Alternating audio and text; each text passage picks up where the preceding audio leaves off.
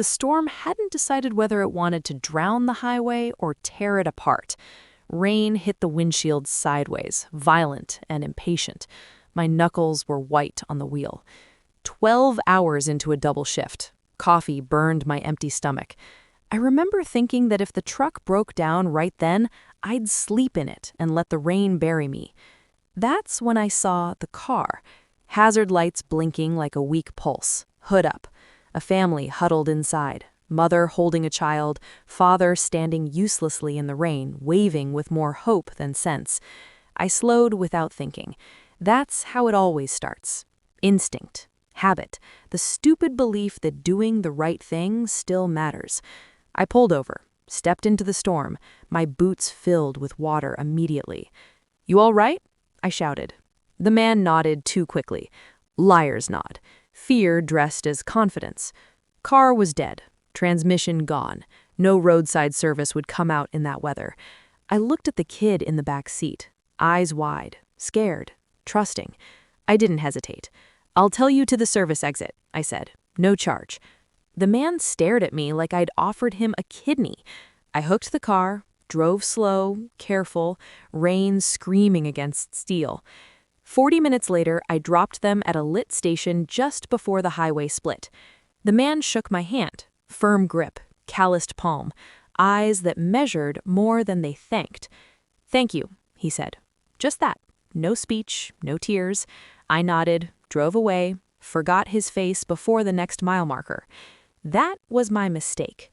2 weeks later, my boss called me into the office. No warning, no tone, just a message from dispatch. "Come upstairs, now." I wiped grease from my hands and walked in already tired. The office smelled like cheap coffee and power. My boss sat behind his desk, stiff as a mannequin. Someone else was in the room. Suit, calm posture, hands folded like he owned the air. It took me a second. Then my stomach dropped. The man from the storm looked up and smiled.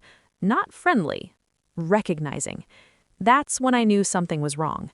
I didn't start at this company with illusions. I knew what I was signing up for. Long hours, bad pay, worse respect. But it was work, honest work, and I was good at it. I kept logs clean, deliveries early, no accidents, no complaints.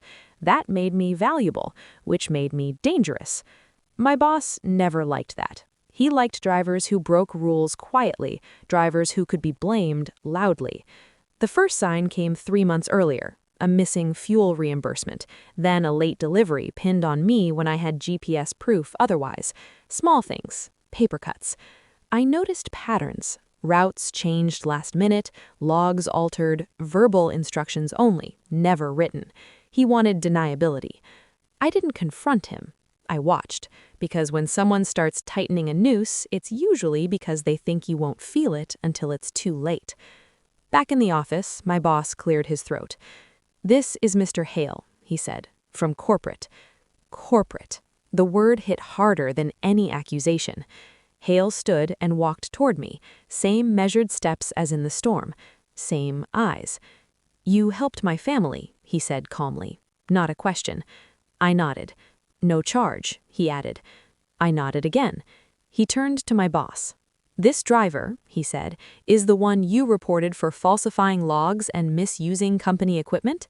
The room went silent. I felt it then, the click, the trap closing. I looked at my boss. He wouldn't meet my eyes. That's when the betrayal stopped being theoretical. They suspended me that day, pending investigation. No pay, badge taken, truck reassigned. I walked out in daylight feeling like I'd been pushed underwater. Anger came later. First was clarity.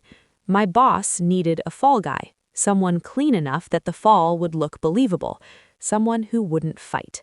He picked wrong. I didn't scream, I didn't threaten. I went home and opened a notebook, and I started writing.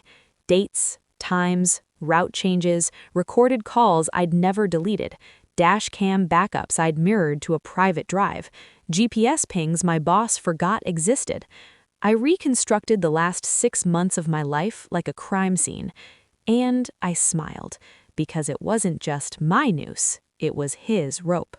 Mr. Hale called me 3 days later. Not corporate, direct. He didn't apologize, he didn't explain. He asked me to tell my story. So I did. I spoke carefully, slowly, like every word was a nail placed with intention. When I finished, he was quiet for a long time. Then he said, "Would you be willing to help me understand how deep this goes?" That's when I realized something. The storm hadn't been random. Neither was the test. I came back, not as a driver, as a witness, as bait. My boss didn't know Hale was the owner. He thought he'd charmed a mid-level executive, thought he'd fed him the right story. I watched from the inside as he dug himself deeper. He altered more records, issued illegal directives, tried to pressure me into signing a false confession.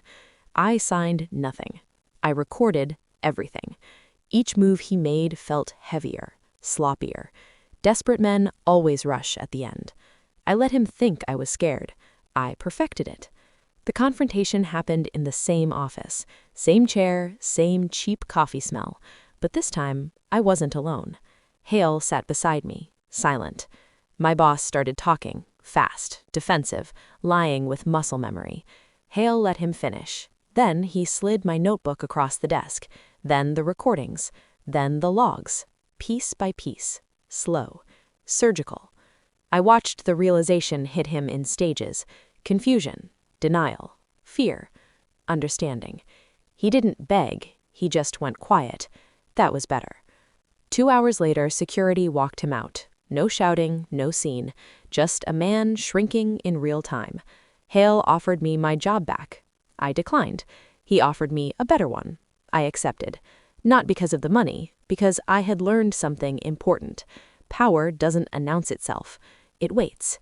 Sometimes I think about that storm, about how tired I was, how close I came to driving past that stranded car.